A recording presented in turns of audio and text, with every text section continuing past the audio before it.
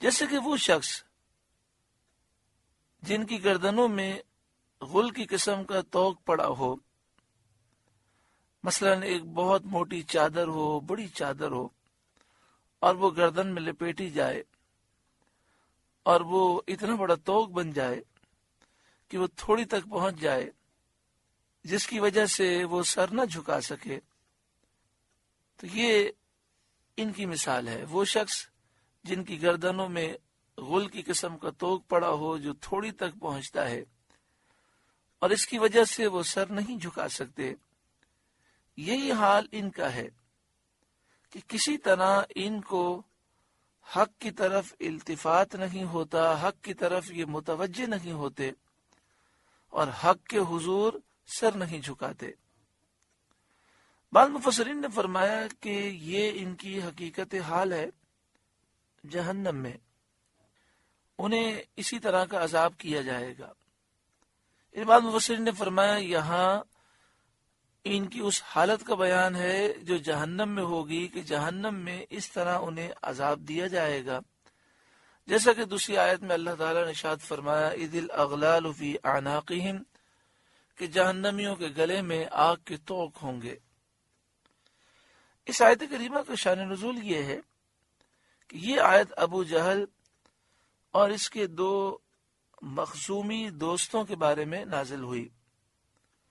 ابو جہل نے قسم کھائی تھی کہ اگر وہ سید عالم محمد مصطفیٰ صلی اللہ علیہ وسلم کو نماز پڑھتے دیکھے گا تو پتھر سے سر کچل ڈالے گا۔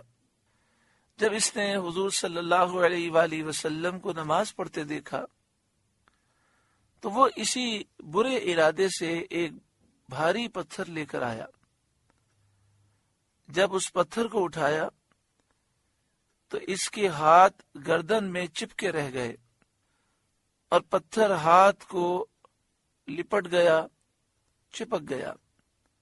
یہ حال دیکھ کر اپنے دوستوں کی طرف واپس ہوا ابو جہل اور ان سے واقعہ بیان کیا تو اس کا دوست ولید بن مغیرہ وہ بولا یہ کام میں کروں گا، نعوذ باللہ من ذالک، میں ان کا سر کچل کر ہی آؤں گا۔ چنانچہ وہ پتھر لے کر آیا۔ حضور سید عالم صلی اللہ علیہ وآلہ وسلم ابھی نماز ہی پڑھ رہے تھے۔ جب یہ قریب پہنچا تو اللہ تعالی نے اس کی بینائی سلب کر لی۔ حضور صلی اللہ علیہ وآلہ وسلم کی آواز سنتا تھا، آنکھوں سے نہیں دیکھ سکتا تھا۔ یہ بھی پریشان ہو کر اپنے یاروں کی طرف لوٹا، وہ بھی نظر نہ آئے۔ انہوں نے ہی اسے پکارا اور اس سے کہا تو نے کیا کیا؟ کہنے لگا میں نے ان کی آواز تو سنی مگر وہ مجھے نظر ہی نہ آئے۔ اب ابو جہل کے تیسرے دوست نے دعویٰ کیا کہ وہ اس کام کو انجام دے گا، اور بڑے دعوے کے ساتھ وہ حضور صلی اللہ علیہ وآلہ وسلم کی طرف چلا تھا کہ الٹے پاؤں ایسا بدحواس ہو کر بھاگا کہ اوندے منہ گر گیا۔ اس کے دوستوں نے حال پوچھا تو کہنے لگا میرا حال بہت سخت ہے، میں نے ایک بہت بڑا سانڈ دیکھا جو میرے اور حضور صلی اللہ علیہ وسلم کے درمیان حائل ہو گیا۔ لات و عزا کی قسم اگر میں ذرا بھی آگے بڑھتا تو وہ مجھے کھا ہی جاتا۔ اس پر یہ آیت کریمہ نازل ہوئی اِنَّا جَعَلْنَا فِي أَعْنَاقِهِمْ أَغْلَالًا، ہم نے ان کی گردنوں میں توق کر دیے ہیں، فَهِيَ إِلَى الْأَذْقَانِ، کہ وہ تھوڑیوں تک ہیں، فَهُمْ مُقْمَحُونَ، تو اب یہ اوپر کو منہ اٹھائے رہ گئے۔ وَجَعَلْنَا مِن بَيْنِ أَيْدِيهِمْ سَدًّا وَمِن خَلْفِهِمْ سَدًّا، اور ہم نے ان کے آگے دیوار بنا دی اور ان کے پیچھے دیوار بنا دی۔ فَأَغْشَيْنَاهُمْ، اور انہیں اوپر سے ڈھانک دیا۔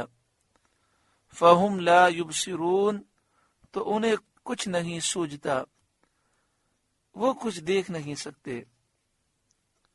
یہ بھی ایک تمثیل ہے، سمجھانے کے لیے مثال ہے کہ جیسے کسی شخص کے لیے دونوں طرف دیواریں ہوں اور ہر طرف سے راستہ بند کر دیا گیا ہو، وہ کسی طرح منزل مقصود تک نہیں پہنچ سکتا۔ یہی حال ان کفار کا ہے کہ ان پر ہر طرف سے ایمان کی راہ بند ہے، ایمان کا راستہ بند ہے۔ ان کے سامنے غرور دنیا کی دیوار ہے، دنیا کا غرور ان کے سامنے دیوار بن کر حائل ہے، اور ان کے پیچھے تکذیب آخرت کی دیوار ہے، جو انہوں نے آخرت کو جھٹلایا ہے اس کی دیوار پیچھے ہے، اور وہ جہالت کے قید خانے میں محبوس ہیں، قیدی ہیں۔ قرآن مجید فرقان حمید کی آیات، نشانیاں، دلائل میں غور و فکر کرنا انہیں میسر نہیں۔ وَسَوَاءٌ عَلَيْهِمْ أَأَنذَرْتَهُمْ أَمْ لَمْ تُنذِرْهُمْ لَا يُؤْمِنُونَ، اور انہیں ایک جیسا ہے، آپ انہیں ڈرائیں یا نہ ڈرائیں، وہ ایمان لانے کے نہیں۔ یعنی انہیں نصیحت کی جائے یا انہیں نصیحت نہ کی جائے، جن کے دلوں پر مہر لگی ہے وہ نصیحت سے کوئی فائدہ نہیں اٹھائیں گے۔ انما تنذر من اتبع الذکر، آپ تو اسی کو ڈر سناتے ہیں جو نصیحت پر چلے، یعنی آپ کے ڈر سنانے اور خوف دلانے سے وہی نفع اٹھاتا ہے، فائدہ اٹھاتا ہے جو نصیحت پر چلے۔ وَخَشِيَ الرَّحْمَنَ بِالْغَيْبِ، اور رحمان سے بے دیکھے ڈرے۔ فَبَشِّرْهُ بِمَغْفِرَةٍ وَأَجْرٍ كَرِيمٍ، تو اسے بخشش اور عزت کے ثواب کی بشارت دو، یعنی اے محبوب آپ اسے بخشش اور عزت کے ثواب کی بشارت دیں، یعنی جنت کی بشارت دیں۔ اِنَّا نَحْنُ نُحْيِي الْمَوْتَى، بے شک ہم مردوں کو زندہ کریں گے۔ وَنَكْتُبُ مَا قَدَّمُوا، اور ہم لکھ رہے ہیں جو انہوں نے آگے بھیجا، یعنی دنیا کی زندگانی میں جو نیکی یا بدی کی وہ ہم لکھ رہے ہیں تاکہ اس پر جزا دی جائے۔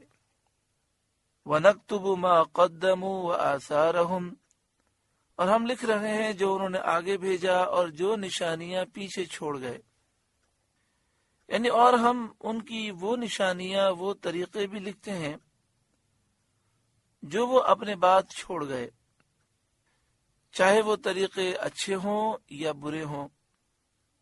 جو نیک طریقے، اچھے طریقے امتی نکالتے ہیں ان کو بدعت حسنہ کہتے ہیں۔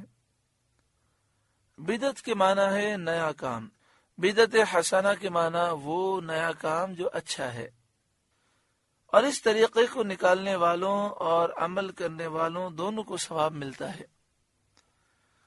اور جو برے طریقے نکالتے ہیں ان کو بدعت سیئہ کہتے ہیں۔ بدعت کے معنی نیا کام اور سیئہ معنی برا، وہ نیا کام جو برا ہے، ان کو بدعت سیئہ کہتے ہیں۔ اس طریقے کے نکالنے والے اور عمل کرنے والے دونوں گناہگار ہوتے ہیں۔ مسلم شریف کی حدیث میں ہے، سید عالم صلی اللہ علیہ وسلم نے فرمایا، من سن فی الاسلام سنتا حسنتا،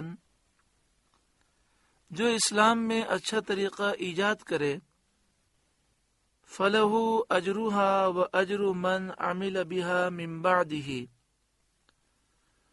تو اس کے لیے اس اچھے طریقے کا ثواب ہے، اور جتنے لوگ اس کے بعد اس طریقے پر عمل کریں گے ان کا ثواب بھی، من غیر ان ینقص من اجورہم شیء، اور ان کے ثواب میں بھی کچھ کمی نہ ہوگی۔